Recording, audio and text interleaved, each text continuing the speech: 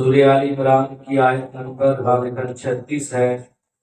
کائنات نے فرمایا فَتَقَبَّلَهَا رَبُّهَا بِقَبُولٍ حَسَنٍ وَأَنبَتَهَا نَبَاتًا حَسَنًا وَكَفَّلَهَا زَكَرِيَّا كُلَّمَا دَخَلَ عَلَيْهَا زَكَرِيَّا الْمِحْرَابَ وَجَدَ عِندَهَا رِزْقًا قَالَ يَا مَرْيَمُ أَنَّىٰ لَكِ هَٰذَا قَالَتْ هُوَ مِنْ عِندِ اللَّهِ إِنَّ اللَّهَ يَرْزُقُ مَن يَشَاءُ بِغَيْرِ حِسَابٍ۔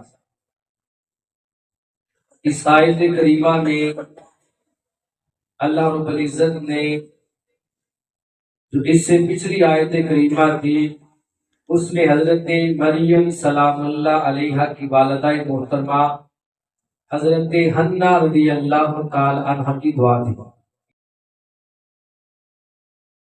حضرت حنہ رضی اللہ تعالی عنہ کی دعا تھی اور اس آیت کے اندر دعا کی قبولیت کا ذکر ہے۔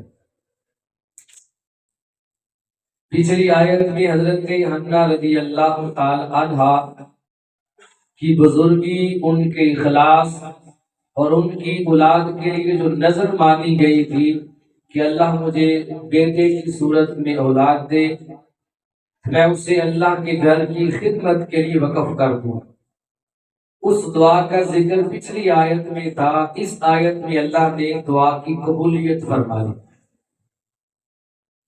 پچھلی نشست میں ہم نے بتایا تھا کہ بنی اسرائیل میں یہ رواج تھا، یہ قانون تھا کہ وہ اپنے بیٹوں کو بیت المقدس کی خدمت کے لیے وقف کیا کرتے تھے۔ یہ قانون تھا ان کا۔ لڑکے وقف ہوتے تھے، لڑکیاں وقف نہیں ہوتی تھی۔ حضرت حنہ رضی اللہ تعالی عنہ جو حضرت عیسیٰ علیہ السلام کی نانی جان ہے، انہوں نے منت مانی تھی، نظر مانی تھی، اللہ تو مجھے بیٹے کی صورت میں اولاد دے تو میں تیرے گھر کی خدمت کے لیے اس کو وقف کروں گی۔ جب اولاد ہوئی تو بیٹی پیدا ہوئی اور لڑکیوں کی بیت المقدس میں خدمت کا وہاں قانون اور رواج نہ تھا، تو رب کائنات نے اس قانون کو بدل دیا۔ اس قانون کو بدل کر وہ جو بیٹی پیدا ہوئی اس کا نام حضرت مریم تھا سلام اللہ علیہ۔ اللہ پاک نے حضرت مریم سلام اللہ علیہ کو بیت المقدس کی خدمت کے لیے قبول فرما لیا۔ اس قبولیت کا ذکر آج اس آیت کریمہ میں ہو رہا ہے۔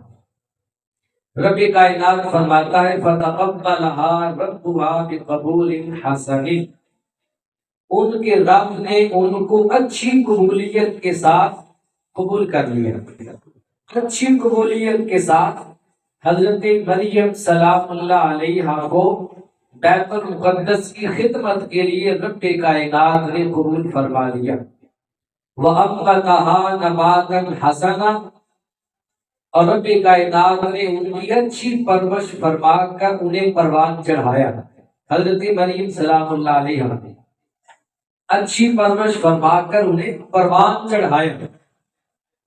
وَكَفَّلَهَا زَكَرِيَّا، اور پھر حضرت مریم سلام اللہ علیہ کو حضرت زکریا علیہ السلام کی کفالت میں دے دیا، ان کی پرورش، ان کی نگہبانی میں دے دیا۔ كُلَّمَا دَخَلَ عَلَيْهَا زَكَرِيَّا الْمِحْرَابَ، حضرت زکریا علیہ السلام حضرت مریم سلام اللہ علیہ کے پاس جب بھی ان کے عبادت خانے میں داخل ہوتے، وجد عندها رزقا، قرآن کہتا ہے وہ حضرت مریم سلام اللہ علیہ کے پاس بے موسمہ پھل پاتے، ہر روز نئے سے نیا پھل ان کے پاس پاتے۔ تو ایک دن زکریا علیہ السلام نے حضرت مریم سلام اللہ علیہ سے فرمایا یا مریم انا لکی ھذا، یہ جو ہر روز تیرے پاس بے موسمہ پھل آتا ہے، سردیوں کے موسم میں گرمیوں کا پھل اور گرمیوں کے موسم میں سردیوں کا پھل آتا ہے، انا لکی ھذا، یہ تمہارے پاس کہاں سے آتا ہے؟ حضرت مریم سلام اللہ علیہ ابھی بچپن میں ہیں، چھوٹی ہیں، تو آپ نے بڑا حسین و جمیل کلام فرمایا آپ فرماتی ہیں قالت ہوا من عند اللہ، یہ پھل میرے پاس اللہ کی بارگاہ سے آتے ہیں۔ ان اللہ یرزق من یشاء بغیر حساب، بے شک اللہ رب العزت بغیر حساب و کتاب کے جسے چاہے رزق عطا فرماتا ہے۔ اب اس آیت کریمہ میں غور کرنا ہے کہ رب کائنات نے فتقبلها ربها بقبول حسن، ان کے رب نے حضرت مریم سلام اللہ علیہ کو اچھی قبولیت کے ساتھ قبول فرما لیا۔ اس آیت کریمہ میں حضرت مریم سلام اللہ علیہ کی چند فضیلتیں بیان کی گئی۔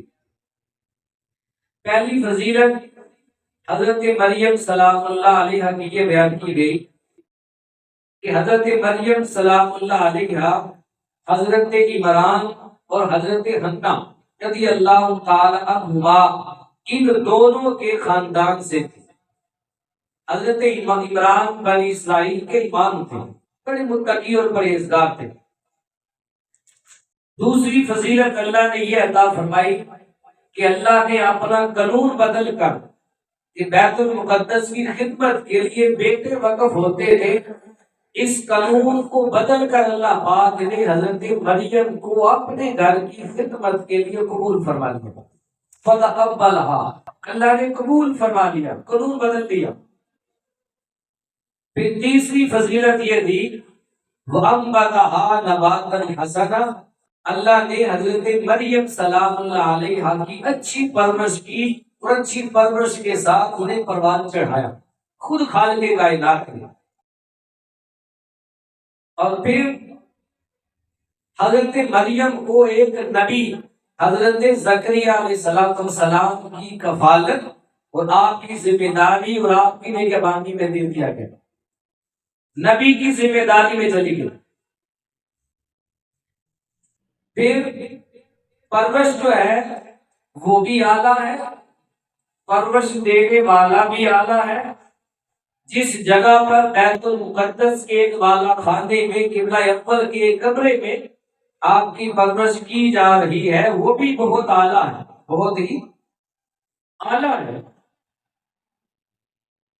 تو جب خاندان بھی اعلیٰ ہو، تربیت بھی اعلیٰ ہو، پرورش کرنے والا بھی قابل ہو، جس مقام پر پرورش ہے وہ جگہ بھی اچھی اور اعلیٰ ہو، تو غور کرے اس پرورش پانے والی بچی کا عالم کیا ہوگا، اس کی شان کیا ہوگی، اس کی شان اور مقام کیا ہوگی۔ اگر ایک لمحہ کوئی جانور نبی کی صحبت میں بیٹھ جائے تو وہ جانور باقی جانوروں سے ممتاز ہو جاتا ہے۔ اگر نبی کی صحبت میں ایک لمحہ لکڑی یا پتھر آ جائے تو متبرک ہو جاتا ہے۔ اصحاب کہف کا کتا جب اصحاب کہف کی صحبت میں بیٹھ جائے تو دوسرے کتوں جیسا نہیں رہتا۔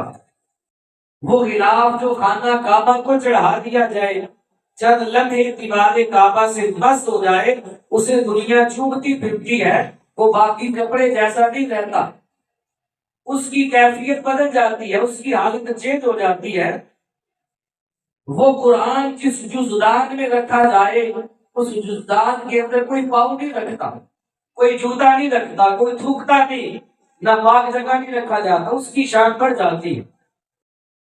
وہ پتھر، وہ کینکرے جنہیں مدینہ المنورہ کی آب و ہوا نصیب ہو جائے، عظمت مدینہ کی نسبت کرنے کی وجہ سے ان کو بھی اللہ شان عطا فرما دیتا ہے۔ تو اندازہ لگائیں حضرت مریم سلام اللہ علیہ کا جو ایک نبی کی پرورش میں رہی، رب کے گھر میں پرورش پائی، اور رب کائنات نے قانون بدل کر انہیں اپنے گھر کی خدمت کے لیے قبول فرمایا۔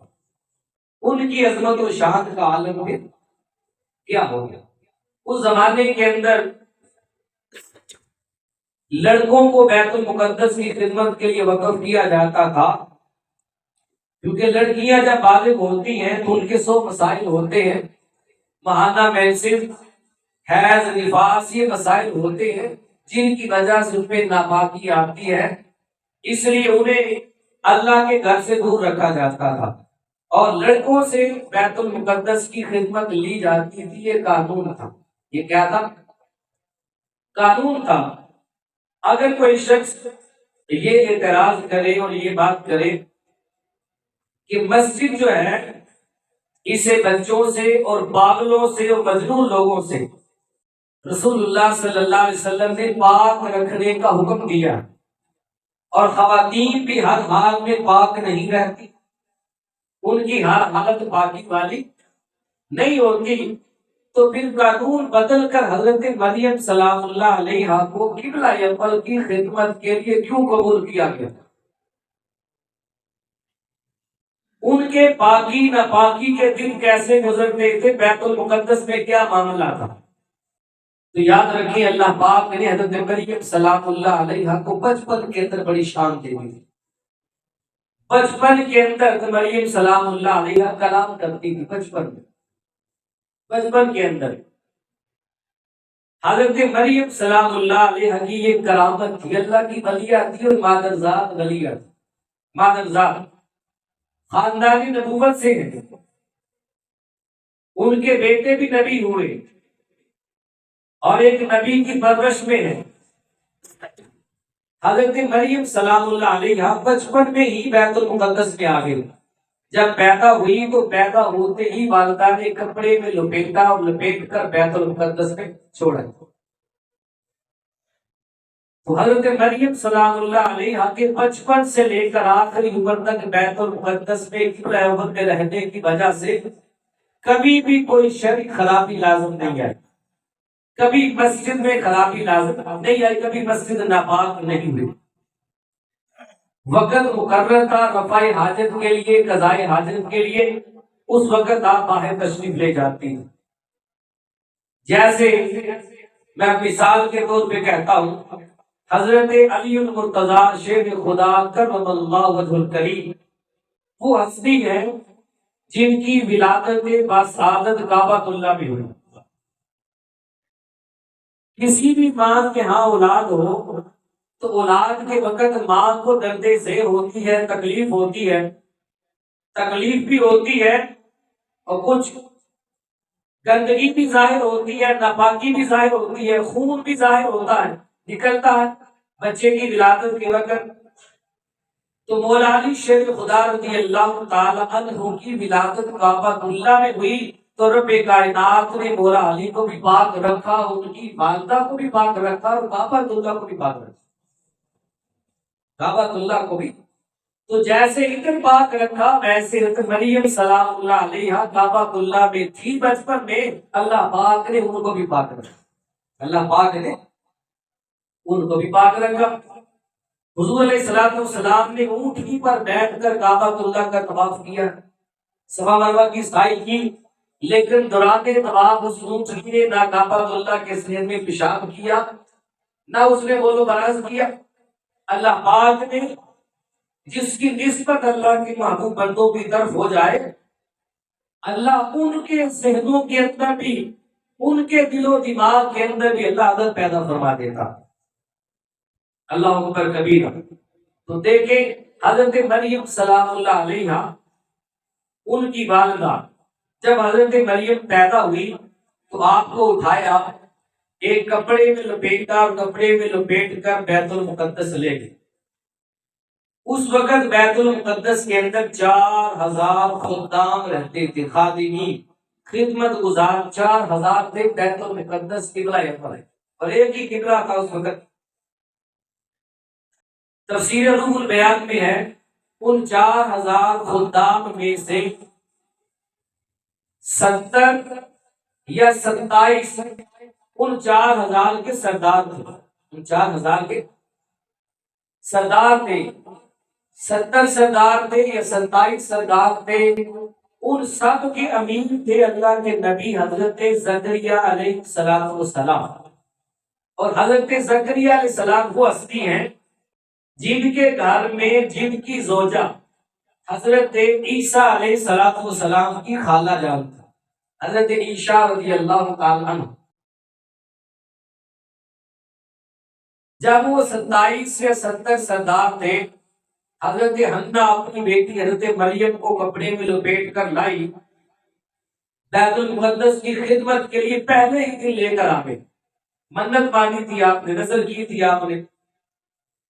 جب لے کر آتی ہیں تو جتنے سردار تھے، امیر تھے، ان سب نے طلب کی، سب نے خواہش کی کہ حضرت مریم سلام اللہ علیہا ہماری کفالت میں آئے اور ہمیں ان کی خدمت کا موقع ملے.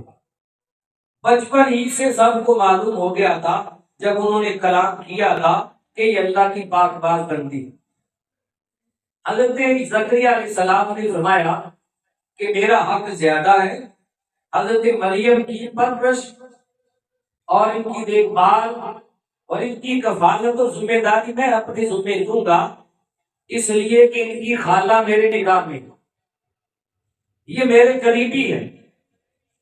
بعضوں نے کہا اگر رشتہ داری اور قرابت جو ہے وہ کفالت کے لیے زیادہ حقدار مانی جاتی ہے تو پھر تو اس بچی کے سب سے زیادہ قریب اس کی ماں ہے، پھر تو پرورش ماں کو کرنی چاہیے. بالآخر سب نے مل بیٹھ کے مشورہ کیا. اس بات پر اجماع اور اتفاق ہوا کہ قرہ اندازی کی جائے. قرہ اندازی کے ذریعے جس کا قرہ نکلے حضرت مریم اس کی کفالت میں آ جائے.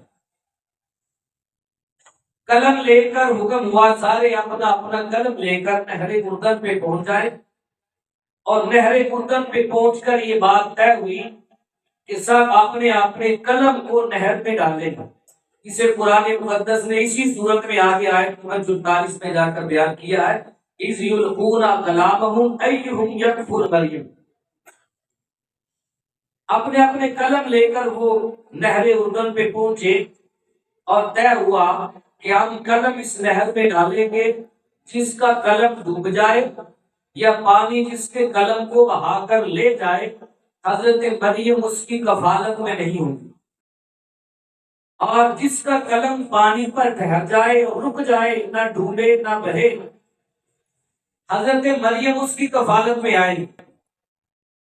جب قلم ڈالے گئے تو سب کے قلم یا ڈوب گئے یا بہ گئے پانی سے. حضرت زکریا علیہ السلام کا قلم پانی پہ تیرتا رہا، اور ایک روایت کے مطابق 3 مرتبہ قرہ ڈالا گیا اور تینوں مرتبہ حضرت زکریا علیہ السلام کا نام نکلا. تو اس صورت میں حضرت مریم سلام اللہ علیہ حضرت زکریا علیہ السلام کی پرورش، ان کی کفالت اور ان کی ذمہ داری بن گئی. حضرت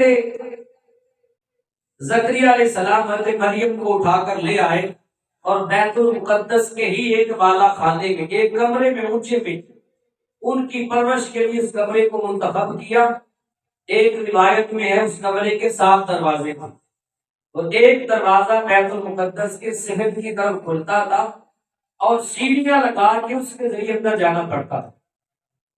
اس کمرے کے اندر حضرت زکریا علیہ السلام کے علاوہ کوئی اور نہیں جا سکتا. حضرت مریم بچپن سے ہی وہاں پر اللہ کی بندگی میں مشغول ہو گئے. بیت المقدس کے بالا خانے میں ایک کمرے کے اندر گوشہ نشین ہو گئی.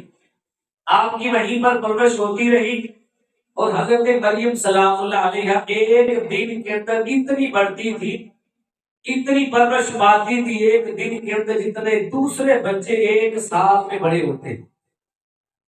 دوسرے بچے ایک سال میں بڑے ہوں اتنا حضرت مریم سلام اللہ علیہ ایک دن میں پروان چڑھتی تھی اور بڑی ہوتی تھی. کیوں کہ رب کائنات خود فرمانا وَأَنبَتَهَا نَبَاتًا حَسَنًا، ہم نے ان کو اچھی پرورش دے کے پروان چڑھایا. تو جس کی پرورش رب کے گھر میں ہو، رب خود جس کی پرورش کا ذمہ لے لے، ماں باپ کے لیے ممکن نہ تھا کہ ایسی پرورش کر سکتے. ماں باپ ایسی پرورش کر ہی نہیں سکتے تھے جیسی پرورش رب کے گھر میں ہو گئی. رب کائنات نے انہیں اپنے گھر کے لیے قبول فرمایا. اور ایک روایت میں ہے کہ دودھ چھڑانے کے بعد حضرت زکریا علیہ السلام کی کفالت میں دیا گیا.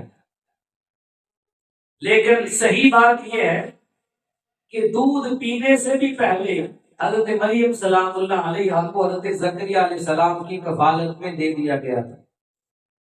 اور حضرت مریم سلام اللہ علیہ نے کسی خاتون کا دودھ نہیں پیا، ماں کا دودھ بھی نہیں پیا. پیدا ہوتے ہی ماں کپڑے میں لپیٹ کے رب کے گھر میں چھوڑ آئی. رب کی بارگاہ سے بے موسم پھل اور رزق ان کے لیے آتا تھا۔ اللہ اکبر کبیرہ۔ اور یہ بات بھی ذہن نشین رکھیں کہ کل 11 بچے ایسے ہیں، 11 جنہوں نے بچپن کے اندر ماں کی گود میں یا جھولے کے اندر کلام کیا۔ بچپن میں 11 بچے ایسے ہیں، ان میں ایک تو سر فہرست سب سے پہلے حضور علیہ السلام کی ذات اقدس ہے۔ جب آپ دنیا میں تشریف لائے تو میرے آقا نے تشریف لاتے ہی آپ نے سر پر سجدے میں رکھا اور رب کی بارگاہ میں کلام کیا، رب کی حبلی حکمتی۔ پھر حضرت یحییٰ علیہ السلام، یہ حضرت زکریا علیہ السلام کے بیٹے ہیں، اللہ کے نبی ہیں، انہوں نے بھی پیدا ہونے کے بعد کلام کیا۔ حضرت ابراہیم علیہ السلام، انہوں نے بھی اپنی والدہ سے پیدا ہونے کے بعد کلام کیا بچپن کے اندر۔ خود حضرت عیسیٰ علیہ السلام نے بھی پیدا ہوتے ایک دن کے بچے تھے، سورہ مریم کے اندر ہے، انہوں نے کلام کیا۔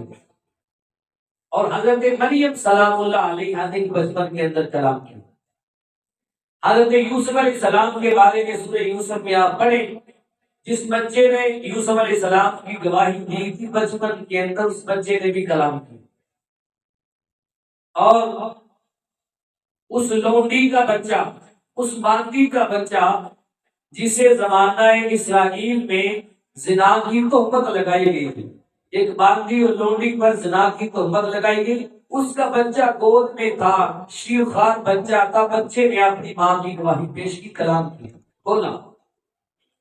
پھر حضرت آسیہ فرعون کی بیوی تھی، موسیٰ علیہ السلام کی امتی تھی، ان کی خادمہ خاص جنہیں صدا کے طور پر کھولتے ہوئے تیل میں ڈالا گیا تھا، ان کے بچے نے بھی بچپن میں کلام کر کے گواہی دی۔ پھر یہودی کا وہ بچہ جو اپنے ماں باپ کو لے کر حضور کی بارگاہ میں آیا اور بارگاہ مصطفیٰ میں آ کے یہودی کے بچے نے کلام کیا اور کلام کر کے اللہ کے نبی کی بارگاہ میں سلام پیش کیا، اسے بھی اللہ نے بچپن میں بولنے کی سعادت دی۔ یہ 11 بچے ایسے جنہوں نے بچپن کے اندر کلام کیا، جس عمر میں عموماً بچے کلام نہیں کیا کرتے۔ اس کے بعد یہ بات یاد رکھیں کہ حضرت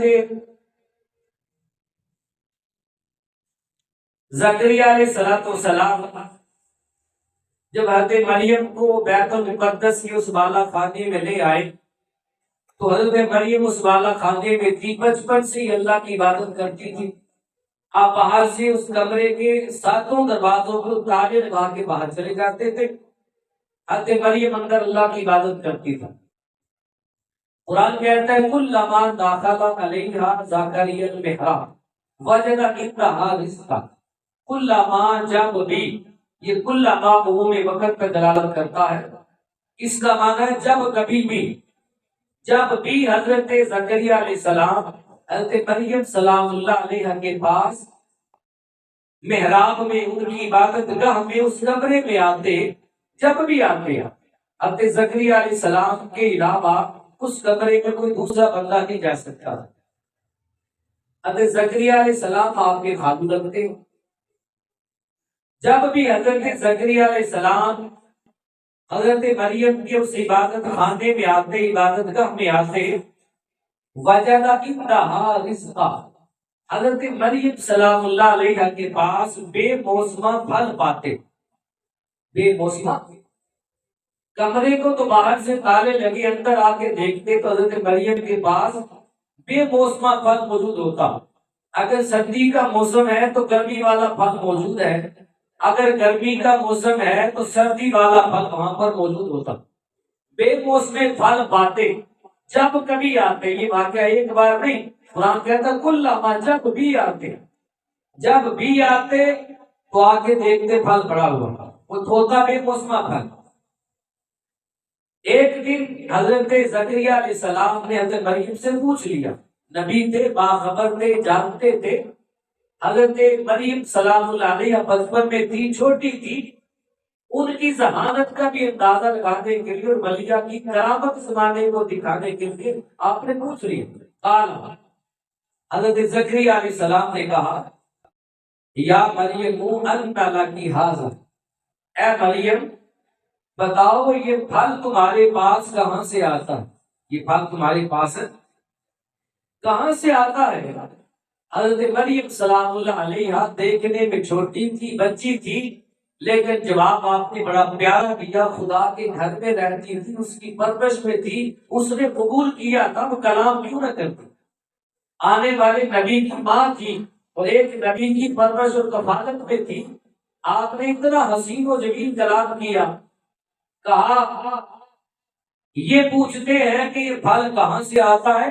قالت ہوا من عند اللہ، حضرت مریم کہنے لگی یہ پھل اللہ کی طرف سے آتا ہے، یہ پھل، یہ بات وہی بندہ کہہ سکتا ہے جس کو اللہ پہ بڑا اعتماد اور وثوق ہو، کہا یہ پھل اللہ کی طرف سے آتا ہے، باہر سے تو آپ نے تالے لگائے، کمرے بند ہیں، اندر کوئی نہیں آ سکتا آپ کے سوا، آپ کو لے کر نہیں آتے، ہوا من عند اللہ، یہ اللہ کی طرف سے آتا ہے۔ کیوں آتا ہے؟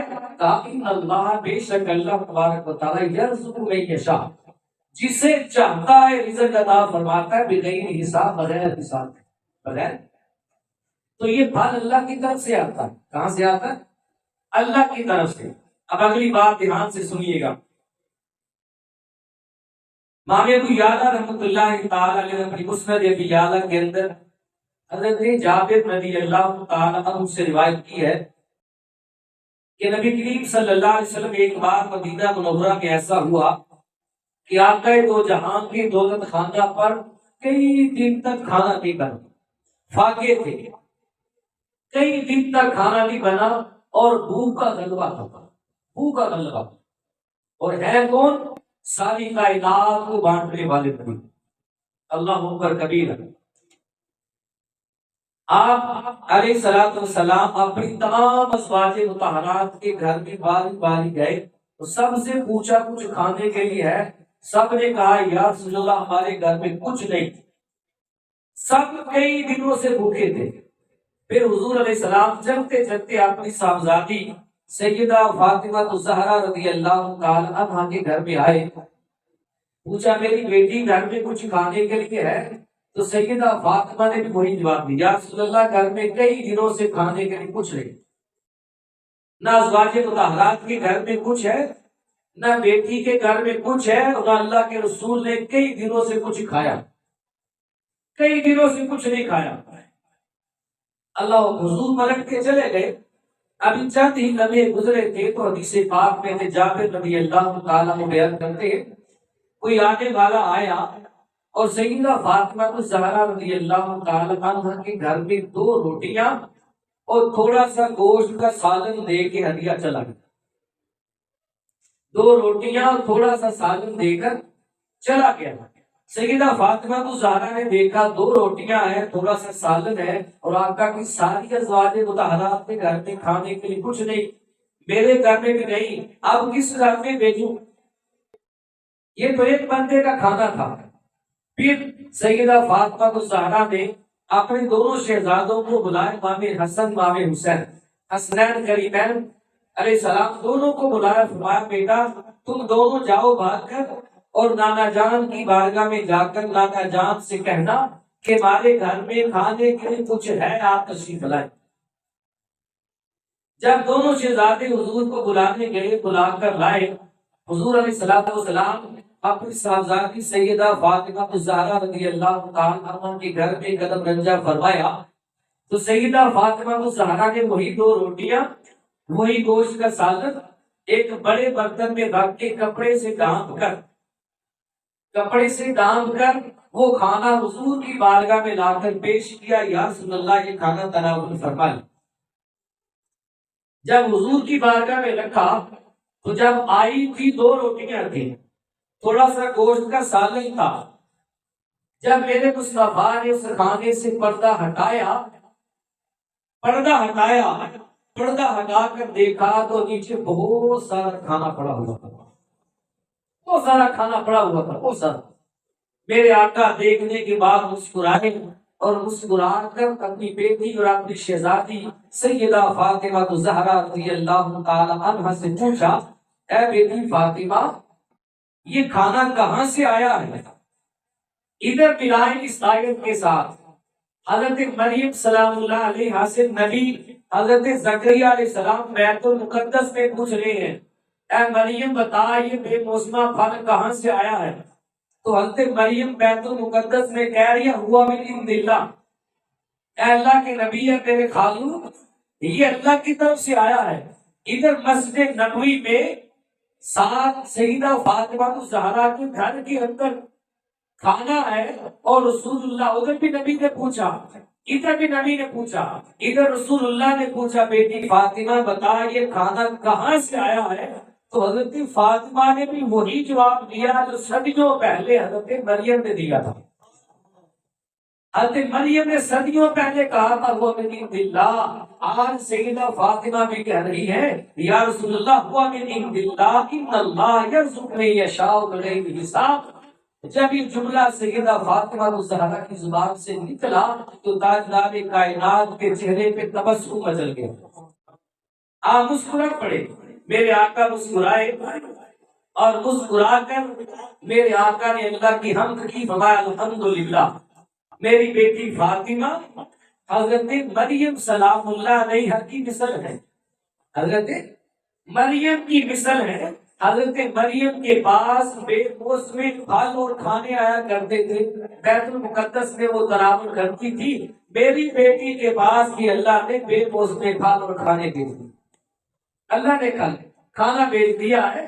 تو میری بیٹی سیدہ فاطمہ حضرت مریم سلام اللہ علیہا جیسی ہے۔ اللہ اکبر کبیرہ، اللہ پر اعتماد اور وصول ہو تو رب کائنات اپنے بندوں کو رزق عطا فرماتا ہے۔ رزق کا وعدہ اس کا، رزق کا وعدہ کیسا وہ بچوں کو لکھ رہا ہے۔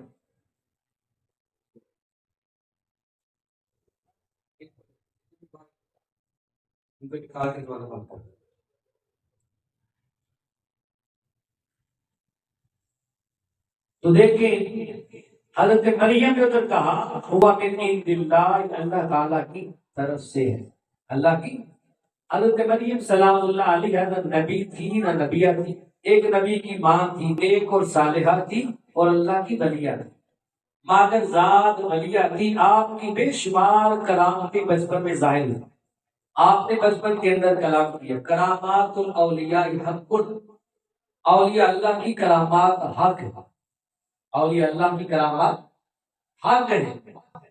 اللہ تعالیٰ نے اپنے مقبول بندوں کے ہاتھوں پر کئی کرامات اور اجابات کا اظہار فرمایا ہے۔ حضرت مریم جو ولیہ تھی ان سے بے شمار کرامتیں ظاہر ہوئی، ان کی کرامتوں کو اللہ پاک نے اپنے قرآن کا، اپنے کلام کا مضمون بنایا اور اپنے کلام میں بیان فرمایا۔ حضرت مریم سلام اللہ علیہ کی کرامات کا انکار کرنا آیت قرآنی کا انکار ہے، قرآن کی آیتوں کا انکار ہے۔ سورہ مریم کے اندر بھی ہے اور یہاں پر بھی سورہ میں پورا رکوع آ رہا ہے، مختلف جگہوں پر اللہ پاک نے قرآن مجید میں 100 بار اولیاء اللہ کی کرامات کو بیان فرمایا۔ حضرت مریم سلام اللہ علیہ کی کرامات کا ذکر کرتے ہوئے پہلی کرامت اللہ پاک نے یہ بیان فرمائی، کہتے مریم سلام اللہ علیہ کو اللہ پاک نے اپنے گھر کے لیے قبول فرما لیا، قانون بدل کے قبول فرما لیا۔ انہوں نے بچپن کے اندر کلام کیا، بیت المقدس کی خدمت کے لیے وقف کیا گیا، ان کے لیے موسمی پھل آتے تھے، یہ آپ کی کرامات ہے۔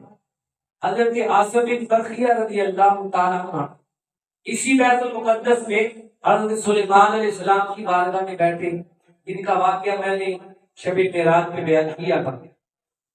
ملک شام سے ملکہ بلقیس کا تخت آنکھ جھپکنے سے پہلے لے کر آ گئے، اس کرامت کو اللہ نے اپنے قرآن میں بیان کیا۔ اصحاب کہف کا کتا اصحاب کہف کے ساتھ غار میں سویا تو 309 سال سونے کے بعد بھی اصحاب کہف کا کفن میلا نہیں ہوا، بدن میلا نہیں ہوا، بال بڑے نہیں ہوئے، جیسے انہیں کچھ نہیں ہوا ایسے 3 صدیوں میں ان کی صحبت میں رہنے والے کتے کو بھی کچھ نہیں ہوا۔ یہ کرامت بھی اللہ نے سورہ کہف میں 15ویں پارے میں قرآن میں بیان فرمائی۔ اور اس کے بعد حضرت مریم سلام اللہ علیہ عیسیٰ علیہ السلام کی ولادت سے پہلے آپ نے جب بیت المقدس سے باہر جا کے خوش کھجور کے تنے کو ہاتھ لگایا تو آپ کے ہاتھ لگنے سے خوش کھجوریں ہری بھری ہو گئی، درخت ہرا بھرا ہو گیا اور درخت کو پھل لگ گیا، فوراً پھل لگ گیا، پک بھی گیا۔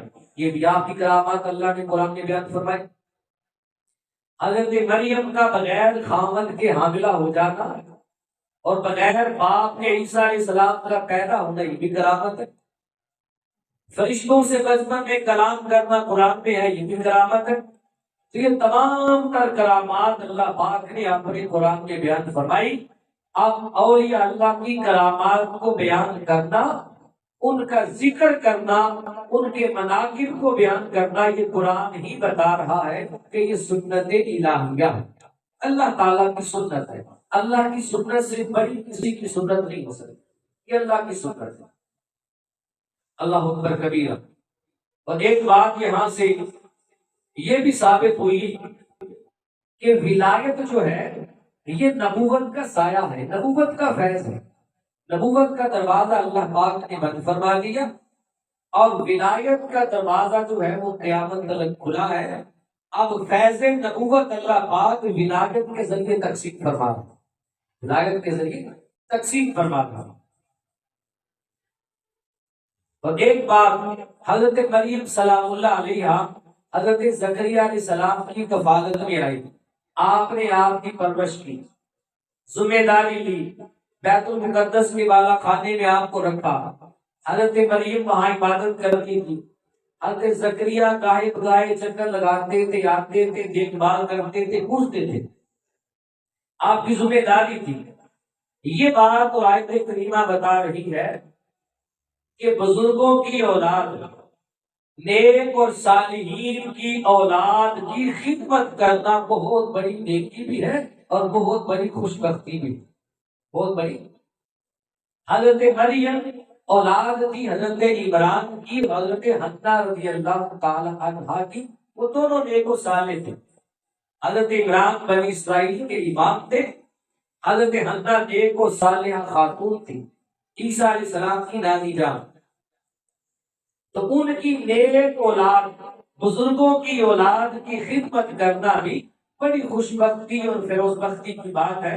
اسی طرح حضور علیہ السلام کی کل اولاد جو سادات ہیں، سید ہیں، جو خون رسول صلی اللہ علیہ وسلم ہے، اگر کہیں بھی ملے تو خون رسول کا احترام کرنا ہے، ان کی خدمت کرنا، ان کا ادب کرنا، کہ ہمارے سب سے بڑے بزرگ تو حضور علیہ السلام ہیں، تو سب سے زیادہ خدمت اور ادب کا حق بھی انہی کا ہے اور ان کی اولاد کا۔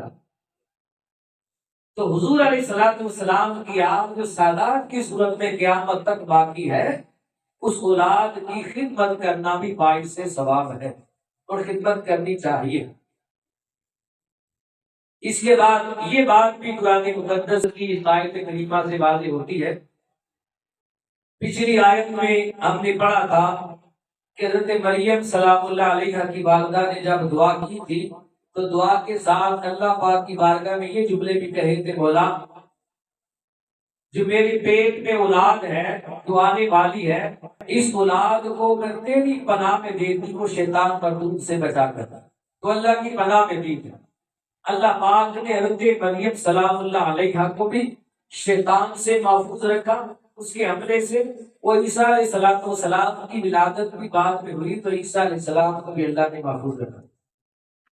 حدیث مبارکہ میں آتا ہے جب بچہ پیدا ہوتا ہے تو شیطان اس وقت پیدا ہونے والے بچے کے قریب پہنچ جاتا ہے اور اس وقت اپنی انگلی کے ساتھ اس پیدا ہونے والے بچے کو چونچے مارتا ہے اور وہ بچہ روتا ہے۔ جب پیدا ہوتے بچہ روتا ہے تو شیطان اس کو چھیڑتا ہے، تنگ کرتا ہے، لیکن اللہ تعالیٰ نے حضرت مریم سلام اللہ علیہ کو بھی اور ان کے فرزند حضرت عیسیٰ علیہ السلام کو بھی اللہ نے شیطان کے اس حملے سے محفوظ فرمایا، اور حضور علیہ السلام کی ذات طیبہ کو بھی اللہ نے محفوظ فرمایا۔ اللہ اکبر کبیرہ۔ اور ایک بات یہاں پر سر فہرست اس آیت کریمہ میں ثابت ہو رہی ہے حضرت حنا رضی اللہ تعالی عنہا نے دعا مانگی تھی، مولا مجھے بیٹا دے، اس بیٹے کو میں تیرے گھر بیت المقدس کی خدمت کے لیے وقف کر دوں گا۔ جب اولاد پیدا ہوئی تو بیٹی ہوئی، حضرت حنا کہنے لگی، بلکہ رب تعالیٰ نے فرمایا کہ جو بیٹا رب تعالیٰ نے دیا ہے، وہ جو بیٹی رب تعالیٰ نے دی ہے، وہ بیٹا اس جیسا نہیں تھا جو حضرت حنا نے مانگا تھا۔ یہ بیٹی اس سے ایک گنا درجے پہ اعلیٰ ہے، ایک گنا اعلیٰ ہے۔ اللہ نے پھر بیت المقدس کی خدمت کے لیے حضرت مریم سلام اللہ علیہا کو قبول فرمایا۔ جو بیت المقدس کی خدمت کا قانون تھا اسے بدل کر، بنی اسرائیل میں قانون تھا کہ لڑکے وقف ہوتے تھے، رب نے قانون بدل کر حضرت مریم جو لڑکی تھی انہیں اپنے گھر کی خدمت کے لیے قبول فرما لیا۔ تو یہاں سے بات ثابت ہوتی ہے کہ بزرگوں کی دعا سے رب تعالیٰ کا قانون بدل جایا کرتا ہے۔ جہاں کہیں پر اللہ کے نیک اور صالح بندے بستے ہوں، بزرگ رہتے ہوں، ان سے دعائیں لینے میں تاخیر نہیں کرنی چاہیے۔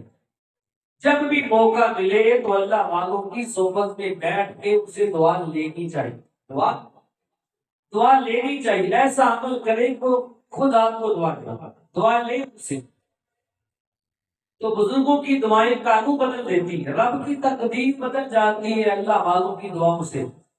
دیکھیں حضرت حنا رضی اللہ تعالیٰ عنہا نے دعا مانگی تو رب کائنات نے اس زمانے کا شرعی قانون بدل دیا، شرعی قانون بدل دیا۔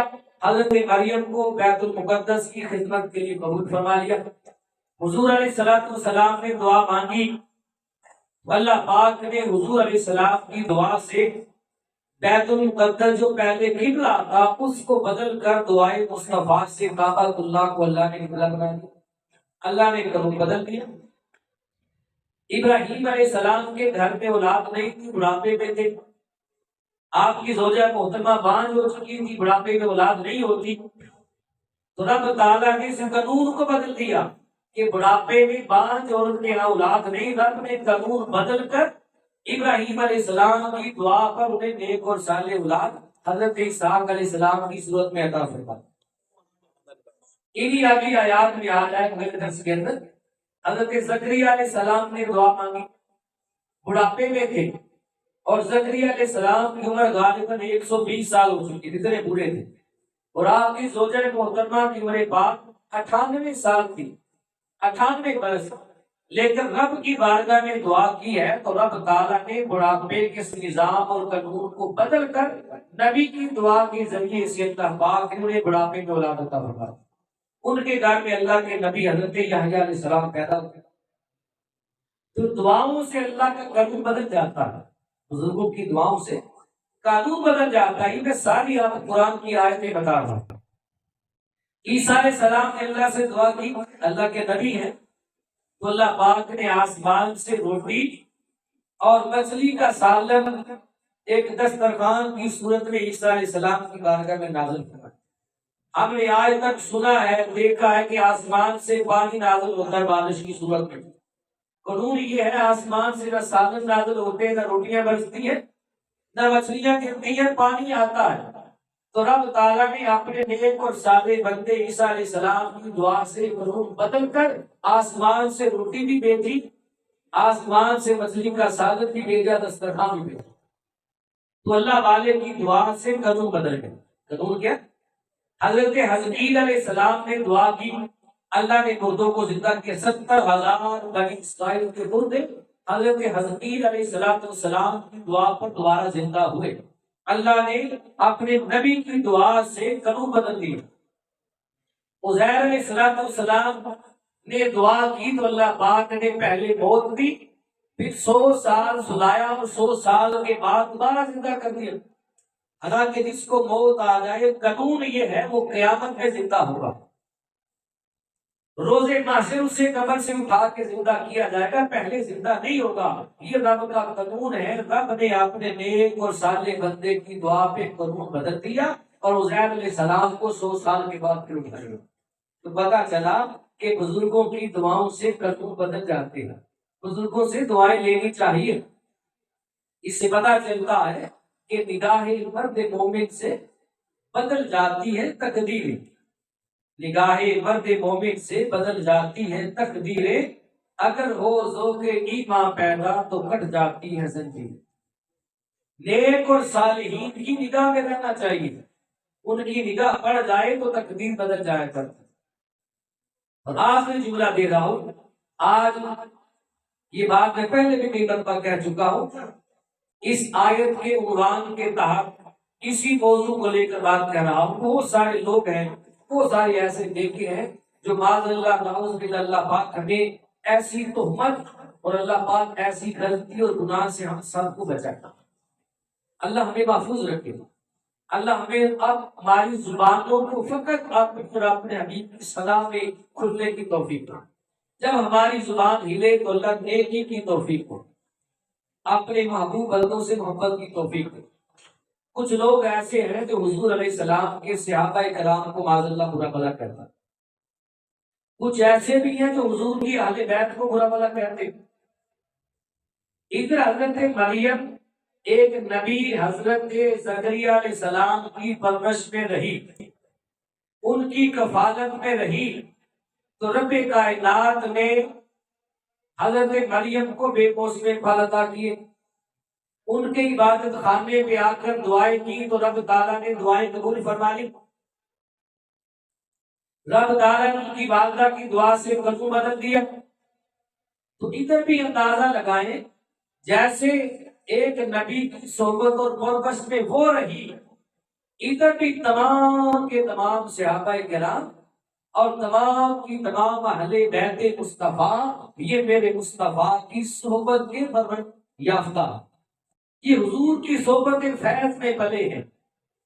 اگر اس زمانے میں لوگوں نے مریم سلام اللہ علیہ پر تہمت لگائی، برا بھلا کہا، تو قرآن نے اس کا ثبوت دیا، قرآن نے دفاع کیا، ان کی پاک دامنی کو سورہ مریم کی صورت میں بیان کیا گیا۔ اللہ خود دفاع فرما رہا ہے، حضور علیہ السلام نے حضرت مریم سلام اللہ علیہ کی پاک دامنی کو بیان کیا، اور انہیں برا بھلا کہا گیا جنہوں نے حضرت مریم پر تہمت لگائی، وہ برے ہیں۔ تو جیسے حضرت مریم پہ تہمت لگانے والے برے تھے، ویسے یا جو حضور کی صحبت فیض میں تربیت یافتہ ہے، اور وہ اہل بیت جن کی پرورش حضور علیہ السلام کی صحبت میں ہوئی ہے، حضور علیہ السلام کی صحبت میں پلنے والی اہل بیت اور حضور کی صحبت میں رہنے والے صحابہ کو برا بھلا کہنے والے، ان کا انجام بھی وہی ہے جو حضرت مریم سلام اللہ علیہ کو برا بھلا کہنے والوں کا تھا۔ اس لیے کہتے ہیں مریم بھی ایک نبی کی صحبت میں پڑی۔ اللہ پاک ہم سب کو اپنے پاک کلام کو سمجھنے کی، اس پر عمل پیرا ہونے کی اور اسے آگے پھیلانے کی توفیق اور سعادت نصیب فرمائے۔ وما علیہ الا البلاغ۔